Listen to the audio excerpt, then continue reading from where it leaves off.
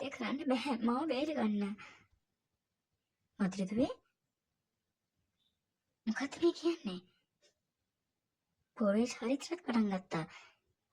ඇයි මේක පාරටම? මම දැක්කා අර කම්මේ ඇතුලේ ලොකු සර්පයෙක්.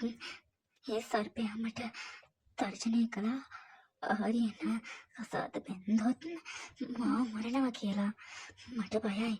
මට මේක ඉතින් ඉන්න බෑ. මම මේ කසාදයට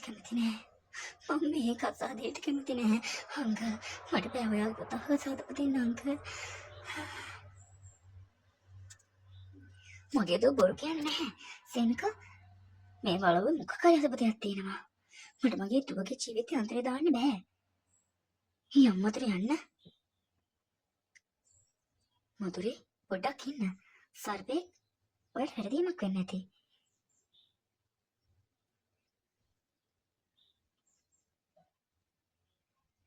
නෑ ආර්යන් මට වැරදෙන්නේ නැහැ. මම යනවා.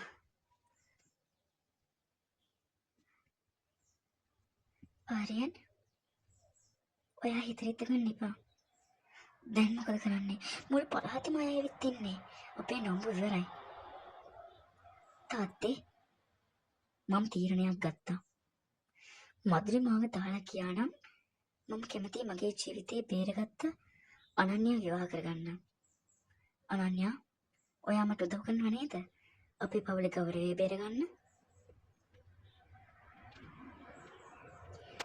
ඔයා කියනව නම් මම ඕනෙම දෙයකට ලෑස්ති ආර්යන්. දැක්කද යමනා? ඔයාලගේ පුතාට අන්තිමට වුණේ පාර යන අගෝචර කෙල්ලෙක් කසාද දෙන්න. මගේ දෝ බේරුනේ ලොකු ආසනාවකට.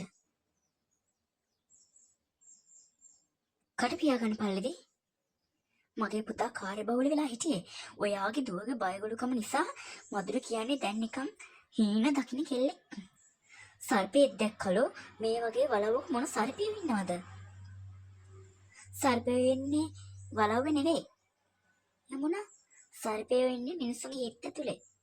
ඔයාලගේ පවුලේ අතීතේ මම නොදන්නව නෙවෙයිනේ. සේනක් කරපු පව් පළ දෙන්න පටන් ගන්න තියෙන්නේ. අපේ පවුල ගැන කතා කරන්න එපා. තමුන්ගේ දුව කසාද පන්දලා දීලා මේ සේසතටම විදිනු නේද බලන්න හිටියේ. දැන් මේක හරි කියන නිසා නේද මේ විකාර කියවන්නේ.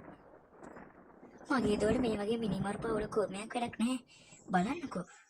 ඔය අලුත් ලේලි ඔයාගේ පවුලට කරගෙන තින්දේ එයා ඇවිත් ඉන්නේ වාසනාව අරන් නෙමෙයි විනාශය අරන්.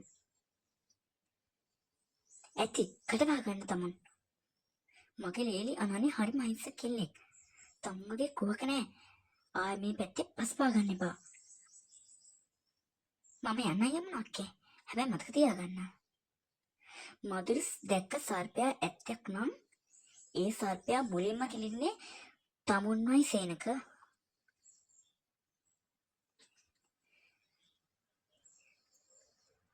පොල්ලවි කිව්ව කතාව හරි වුණා. ඒ සර්පයා දැනටත් ඔයාගේ මන්දිරේ ඉන්නේ. හැබැයි ඒ සර්පයා ඔයා හිතනවට වඩා ගොඩක් ළඟයි. පුෂ්කා අද මගේ පළමු ගොදුරු දඩියම් කරනවා. මිනි මරුව අටෙන් එකෙක් අතරේ මැරෙනවා. කවුද? ඒ සේනකද?